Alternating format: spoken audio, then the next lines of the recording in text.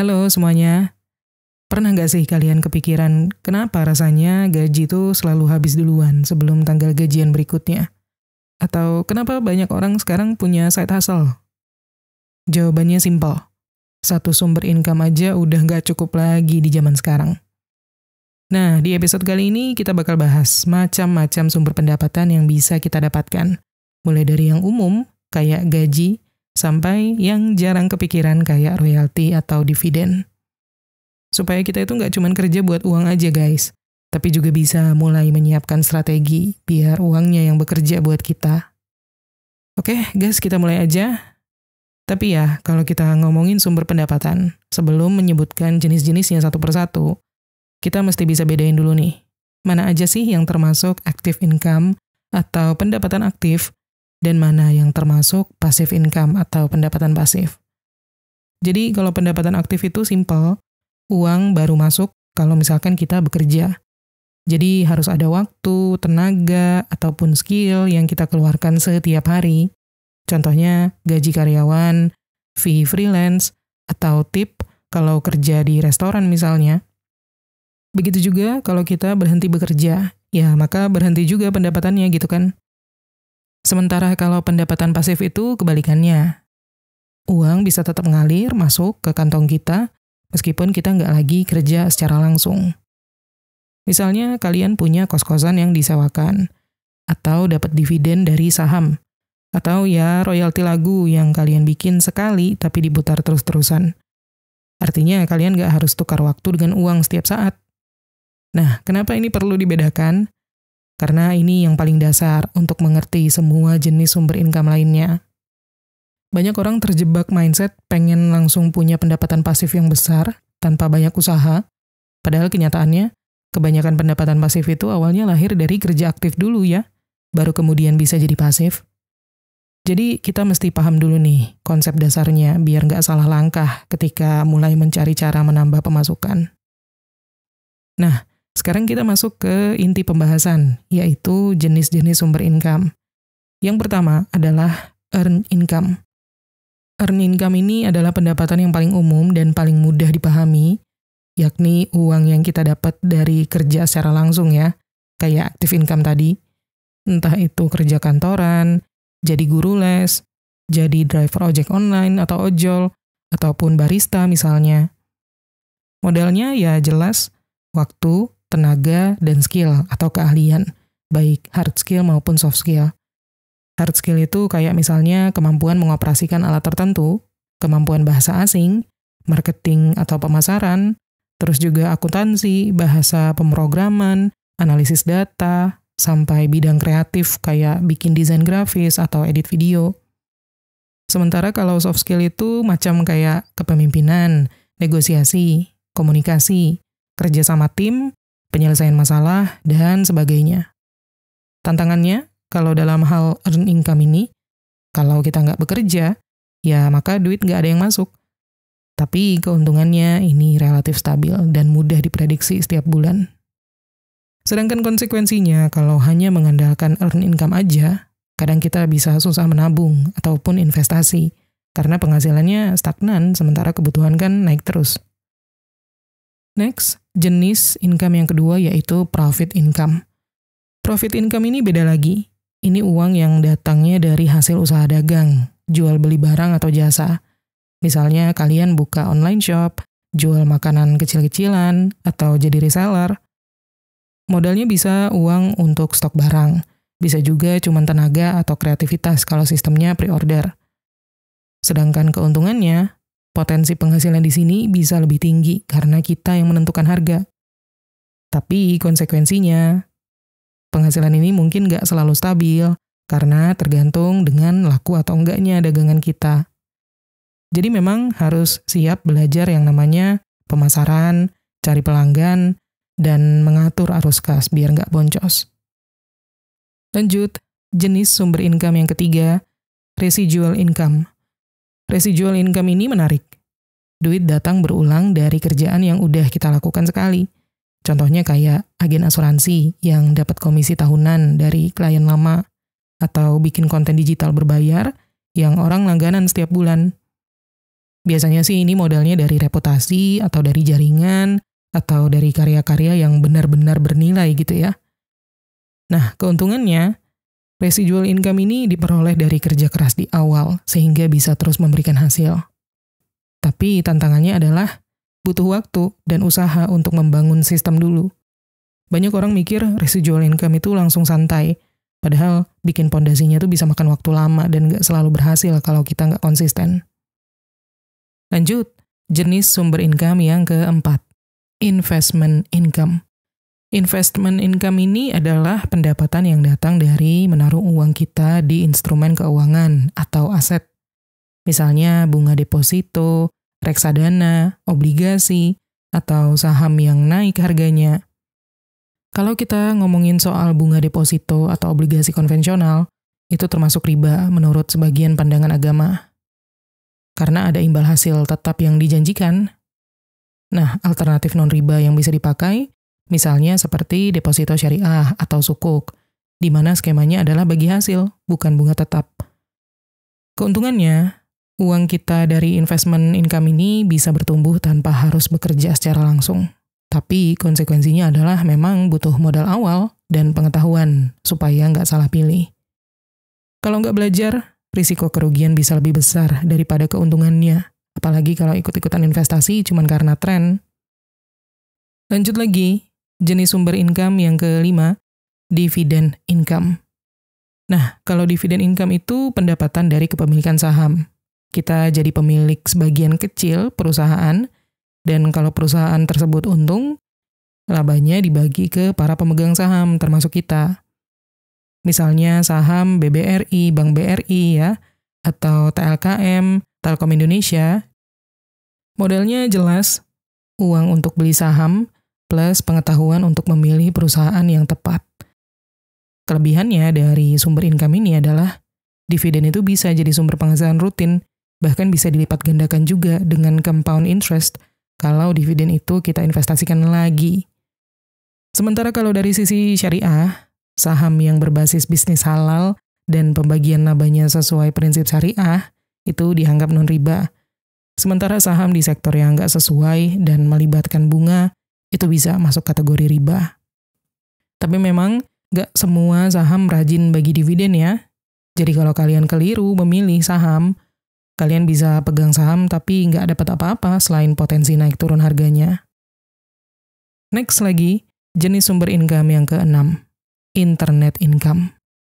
Internet income sekarang lagi hype banget. Ini penghasilan yang datangnya dari aktivitas digital ya. Dari Google Ads, dari TikTok Shop, dari affiliate marketing, atau jual e-course, ataupun buka jasa desain online misalnya.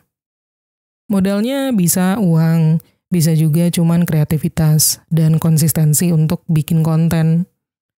Kelebihan dari sumber income ini adalah entry barrier-nya rendah.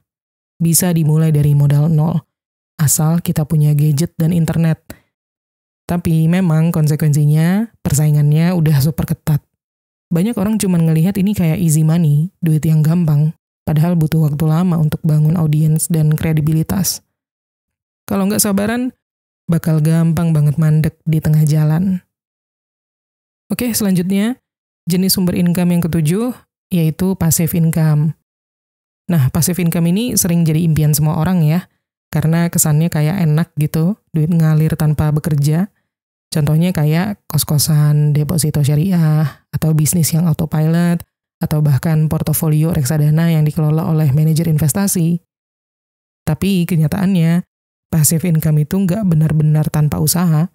Biasanya dia lahir dari kerja aktif dan modal yang udah kita kumpulin dulu di awal. Kalau kita nggak membangun pondasi keuangan dulu, mengejar passive income tuh bisa bikin tekor karena salah perhitungan soal risiko atau terjebak di skema cepat kaya misalnya. Tapi keuntungannya jelas.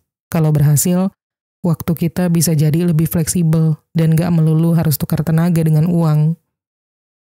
Next, jenis sumber income yang ke-8, franchise income. Nah, kalau franchise income ini datang dari kepemilikan atas usaha waralaba ya. Jadi misalkan kita beli lisensi bisnis yang sudah jadi, misalnya brand minuman, boba, atau fried chicken yang terkenal, terus kita jalankan sesuai dengan SOP mereka. Modalnya lebih besar dibanding jualan mandiri, tapi keuntungannya kita nggak perlu pusing membangun merek dari nol. Jadi tantangannya ada biaya franchise fee dan royalti yang harus dibayar secara rutin. Jadi kalau lokasi kurang strategis atau manajemennya lemah, bisnisnya bisa nggak balik modal.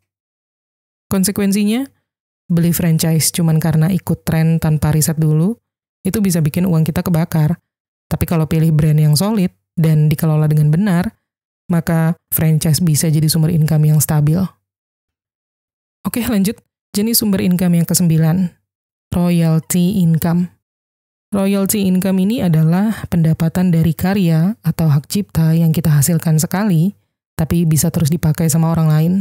Contohnya, penulis buku dapat royalti setiap kali bukunya terjual, musisi dapat royalti setiap kali lagunya diputar di radio atau di platform streaming, atau desainer grafis yang lisensikan karyanya.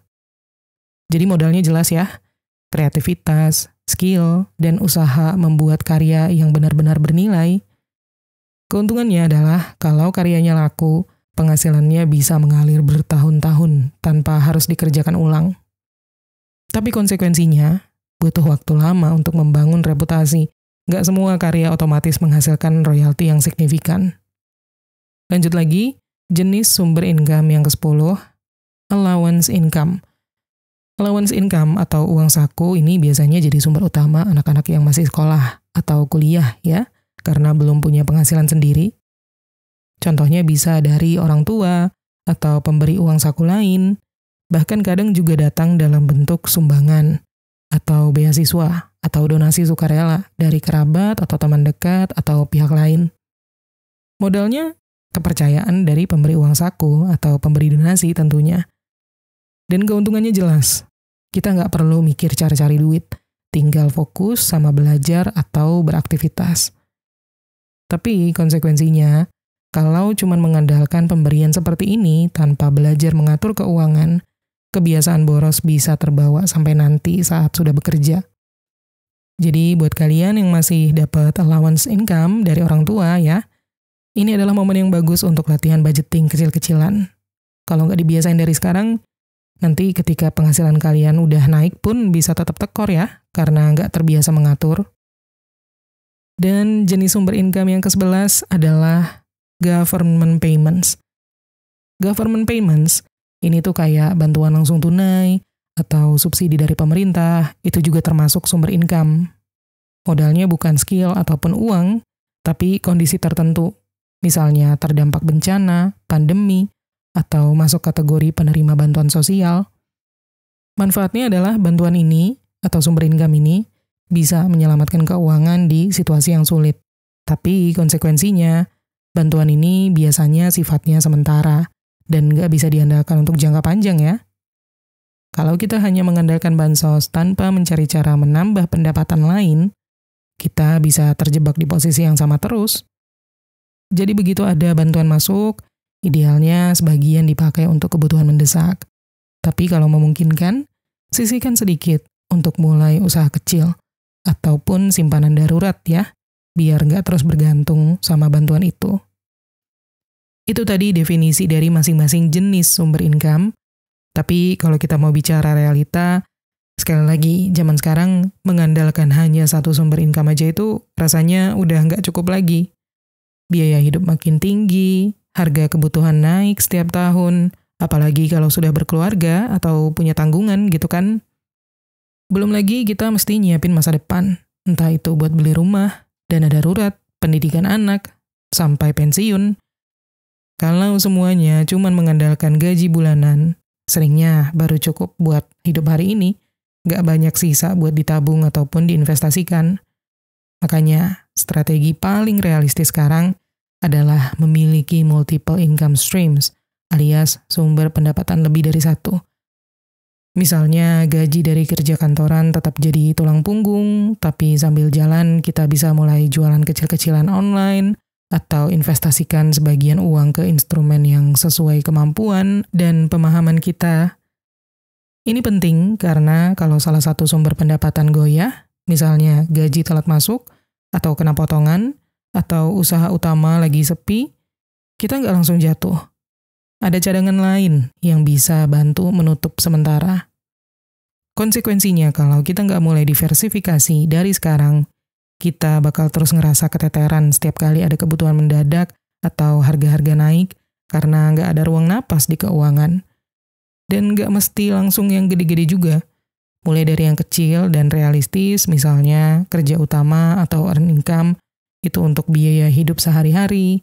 Terus side hustle yang misalnya diperoleh dari profit atau internet income, itu buat tambahan cash flow. Lalu investasi kecil-kecilan, yang misalnya bersumber dari investment atau dividen income, untuk menyiapkan masa depan. Bisa pilih yang syariah kalau kalian nggak mau kena riba. Pelan-pelan gabungan ini akan membuat keuangan lebih stabil. Jadi setiap tambahan penghasilan bisa dialokasikan gitu ya. Bukan cuma habis buat konsumsi. Terus gimana caranya atau tipsnya kalau mau mulai bisa mendapatkan lebih dari satu sumber income? Nah, kuncinya bukan langsung punya semuanya sekaligus. Tapi pahami prioritas dan tahu cara mulai yang realistis. Pertama, prioritaskan earn income dulu untuk menutup kebutuhan hidup sehari-hari. Gaji atau upah dari pekerjaan aktif itu pondasi. Kalau pondasinya goyah, susah buat bangun sumber income lain. Kalau nggak ada basis pendapatan yang stabil, kita bakal gampang tarik tabungan ataupun utang untuk menutup biaya hidup. Jadinya nggak ada ruang untuk perkembangan. Terus kedua, pelan-pelan sisihkan dana untuk bangun income pasif. Nggak perlu langsung besar, mulai dari nominal kecil tapi rutin. Misalnya setor ke reksadana pasar uang, atau tabung buat beli aset produktif, kayak kos-kosan kecil gitu ya, di masa depan nanti. Konsekuensinya kalau nggak mulai dari sekarang, kita bakal terus-terusan kerja buat uang, tapi nggak pernah punya aset yang bisa bekerja buat kita. Terus yang ketiga, manfaatkan internet sebaik mungkin sebagai leverage atau alat bantu.